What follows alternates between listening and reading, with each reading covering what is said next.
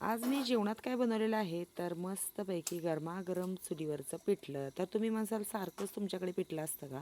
तर हो, आठवड्यातून 1 ते 2 वेळा तर आमच्याकडे पिठलं फिक्स असतं आणि गुरुवारी तर हमखास होतं.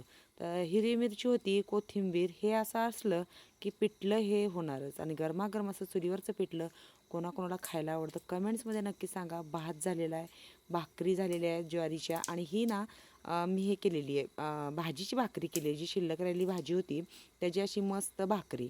तर कोणाकोणाला भाजीची भाकरी आवडते तेही कमेंट्समध्ये सांगा. आणि इकडे शेंगदाणे असे मस्त तोंडी लावायला भाजून घेतलेले आहेत. आणखी एक भाजी बनवली आहे तेही मी तुम्हाला दाखवते. तर ही शेंग मी तुम्हाला दाखवणार आहे, मोठ्या व्हिडिओमध्ये दाखवते मी तुम्हाला ही कोणती शेंग आहे, पण नाव सांगते तोपर्यंत. पाटाडीची शेंग असं आम्ही तरी म्हणतो, तुम्ही काय म्हणता कमेंट्समध्ये सांगा. म्हणजे शेंग दाखवल्यावर तुम्हाला कळेल की ही कोणती शेंग होती. पण तिची अशी मी सुंदर येसराची, जशी आपण गवारीची शेंग बनवतो तशी अशी मस्त भाजी केली आहे.